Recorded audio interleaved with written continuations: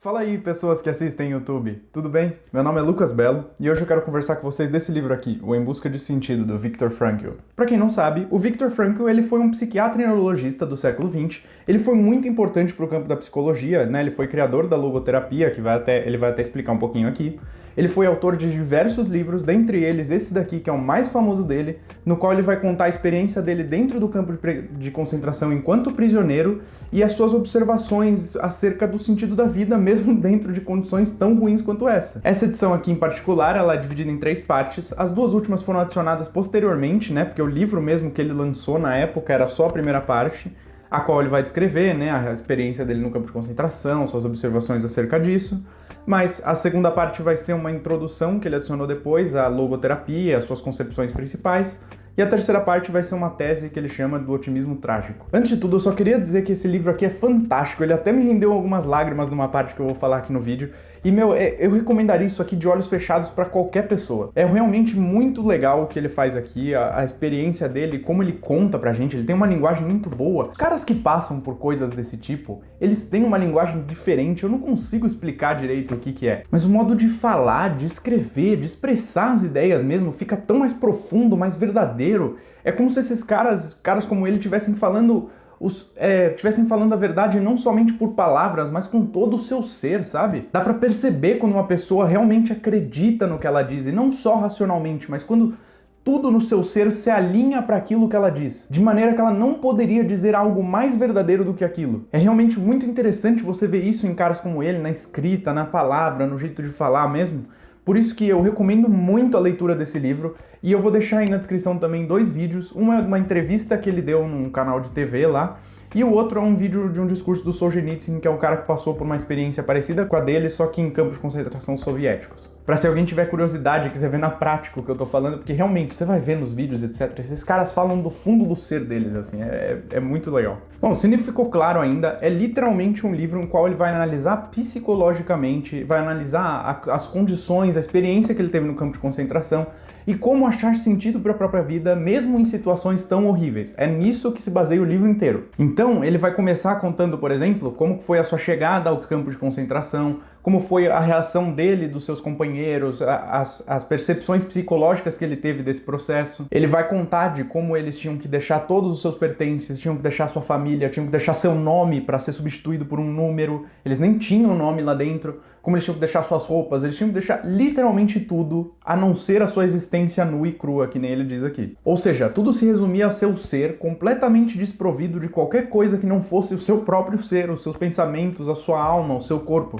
Ou seja, a busca por sentido que ele vai fazer aqui é literalmente nas condições mais precárias de todas, na qual você perde inclusive a sua identidade, você perde o seu nome. E ele vai ter uma passagem muito legal também, que ele vai falar sobre o que ficou claro para ele no campo de concentração, de que o Dostoiévski estava certo quando disse que o ser humano é o ser que a tudo se habitua. Porque ele vai dizer que tudo aquilo que você acreditava não ser capaz de fazer, ali você vai ter que fazer, porque ou é isso ou é morrer. Coisas do tipo dormir sem barulho e de maneira desconfortável, não tomar banho, ficar meses sem escovar os dentes e ainda assim ter uma gengiva saudável, trabalhar sem ter o que comer, completamente fraco do corpo, coisas desse tipo que no dia a dia a gente não consegue, a gente tem um bloqueio psicológico que a gente não consegue viver sem, tipo, como se nós precisássemos, necessitássemos com todo o nosso ser de uma cama confortável. Ele vai falar, não, lá você vai ver que realmente o ser humano é o ser que a tudo se habitua, porque ali ou era isso ou era morrer. Ele vai contar também sobre os pensamentos de suicídio que as pessoas tinham. Ele até relata aqui que ele mesmo prometeu a si próprio que não ia pensar nisso nunca, que ele não ia escolher esse caminho. Mas o que é impressionante é que ele conta que o medo da morte ali, ele nem era tão presente para as pessoas. Para muitas pessoas, a câmara de gás, ele fala que era quase uma libertação, de tão absurda que era a situação que eles estavam passando ali. E a situação era realmente degradante. O relato que ele vai continuar aqui é de que as pessoas começaram a se desumanizar, por assim dizer. Elas começavam a ficar indiferentes a todo tipo de absurdo, coisas nojentas, tortura, qualquer coisa.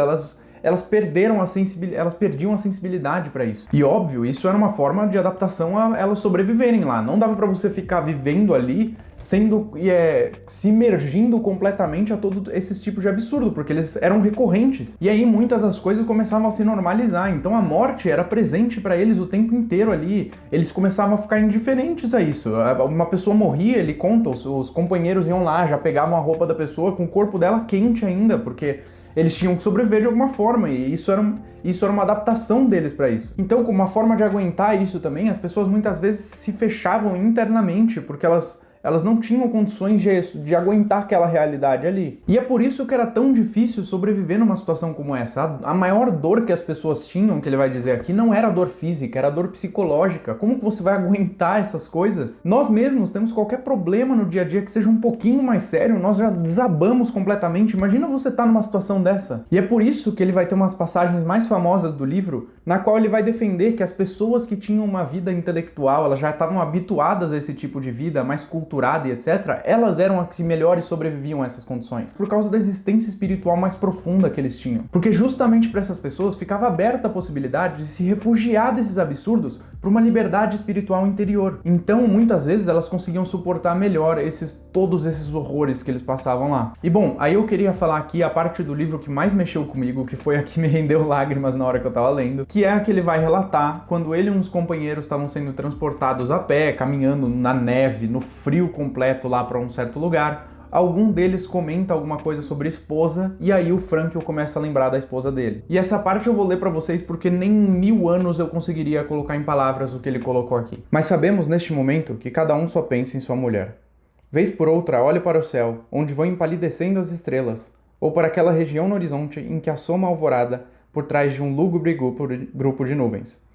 Mas agora meu espírito está tomado daquela figura a qual ele se agarra com uma fantasia incrivelmente viva, que eu jamais conhecera antes na vida normal.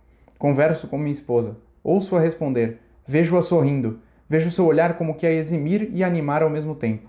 E tanto faz se é real ou não a sua presença. Seu olhar agora brilha com mais intensidade que o sol que está nascendo. Um pensamento me sacode. É a primeira vez na vida que experimento a verdade daquilo que tantos pensadores ressaltaram como a quinta essência da sabedoria, por tantos poetas cantada. A verdade de que o amor é, de certa forma, o bem último e supremo que pode ser alcançado pela existência humana. Compreendo agora o sentido das coisas últimas e extremas que podem ser expressas em pensamento e poesia, e em fé humana. A redenção pelo amor e no amor. Passo a compreender que a pessoa, mesmo que nada mais lhe reste nesse mundo, pode tornar-se bem-aventurada, ainda que somente por alguns momentos, entregando-se interiormente à imagem da pessoa amada.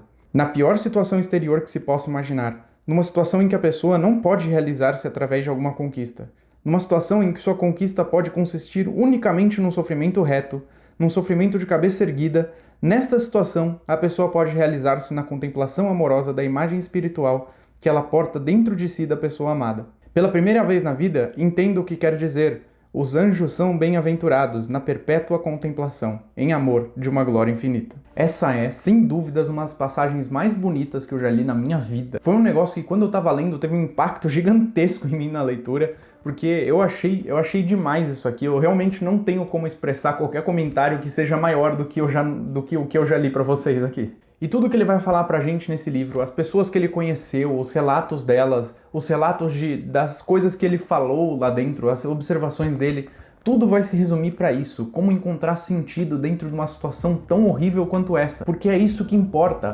nas palavras do próprio Frankl, se a vida tem sentido, então o sofrimento também o terá. Então o sofrimento deixa de ser dor pura, e ele passa a ter uma razão, ele passa a fazer parte de um sentido maior. Ele vai até colocar uma frase do Spinoza aqui no livro: a emoção que é sofrimento deixa de ser sofrimento no momento em que dela formamos uma ideia clara e nítida. E o Frankl vai completar isso falando que quem não tem uma visão do futuro, quem não tem um sentido maior, perecia no campo. Ele vai dar vários relatos de pessoas que perderam as esperanças e na hora eles já sabiam, tipo, essa pessoa não vai durar mais de 48 horas ali. E uma das coisas mais interessantes que ele vai falar sobre isso aqui no livro é que não importa o que nós esperamos da vida, mas sim o que ela espera de nós. Eu achei isso sensacional, porque antes de ficar perguntando constantemente sobre o sentido da vida de maneira racional, basta nós respondermos às constantes perguntas que a própria vida faz pra nós. As perguntas que ela dirige pra gente a cada dia, a cada hora, a cada segundo. E as respostas para essas perguntas não vêm de formulações racionais, mas antes de uma atitude, uma conduta correta. Por isso que ele vai colocar a frase aqui de que viver não significa outra coisa senão arcar com a responsabilidade de responder adequadamente às perguntas da vida. Porque se você perceber bem, o sentido da vida, antes de ser uma busca racional, ele é algo que se impõe. Ele é algo que, de certa forma, não precisa de uma busca, mas de um reconhecimento. Já existe, já tá lá. Vai até ter uma frase aqui no livro dos Irmãos Karamazov, que eu tô lendo, do Dostoiévski, que aliás, Meu Deus, que livro incrível. Mas vai até ter uma frase que o Alyosha vai falar pro irmão dele lá, o Ivan, na hora que eles estão conversando, que é: antes de buscar pelo sentido da vida, você precisa amá-la. É mais ou menos nesse sentido que o Frankl tá falando aqui, porque quando você responde as perguntas da vida, quando você age como o Alyosha fala, quando você ama a vida antes, daí o sentido ele se torna evidente, ele se impõe a você. E a última coisa que eu quero comentar aqui é realmente a última coisa que você esperaria que um prisioneiro de um campo de concentração falasse. Porque ele basicamente vai afirmar que ao falar de bondade humana, pouco importa se nós estamos falando de guardas nazistas ou de prisioneiros do campo de concentração. Ele vai dizer que isso não define nada. E ele vai dar o exemplo de um companheiro deles, né, um prisioneiro junto com eles ali, que era colocado num posto um pouquinho maior e que ele descia a porrada, ele destruía os outros prisioneiros. Castigava e torturava de maneira mais bruta que os guardas nazistas. Era um cara sanguinário, horrível. Enquanto que ele vai dar um exemplo de um guarda nazista que era integrante da SS, que ajudava e era bom, ele ajudava os prisioneiros, ele tirava do próprio bolso, tipo, meio que contrabandeava medicamentos para os caras ali, contrabandeava comida, essas coisas desse tipo. Tanto que depois que as tropas americanas tomaram conta ali do lugar, ele conta que os próprios prisioneiros judeus protegeram esse guarda da SS das tropas americanas, falando, tipo, pelo amor de Deus, não façam nada com ele, porque ele era um cara bom, ele estava ajudando a gente. Ou seja, nas palavras do próprio Frankl, nós não podemos simplificar as coisas dizendo os prisioneiros são anjos e os guardas são demônios. As virtudes, a bondade humana, ela não se manifesta por parte de um grupo, mas ela se manifesta de uma realização individual da pessoa. E aí ele vai dizer, em poucas palavras, uma das coisas mais profundas e mais interessantes que eu já li na minha vida. O que é então um ser humano? É o ser que sempre decide o que ele é. É o ser que inventou as câmaras de gás, mas é também aquele que entrou nas câmaras de gás ereto, com uma oração nos lábios. E bom, eu não preciso dizer mais nada, né? Esse livro aqui é sensacional, eu comentei poucas passagens dele, tem muito mais coisa. Vai ter a segunda e a terceira parte, no qual ele vai comentar sobre os princípios da logoterapia, etc. O Frankl é um cara sensacional, eu recomendaria esse livro aqui 1 milhão de vezes se fosse possível, eu postaria 1 milhão de vídeos sobre ele aqui. Então, pelo amor de Deus, não deixem de ler esse livro, é fantástico e é curtinho, tem menos de 200 páginas, é sensacional.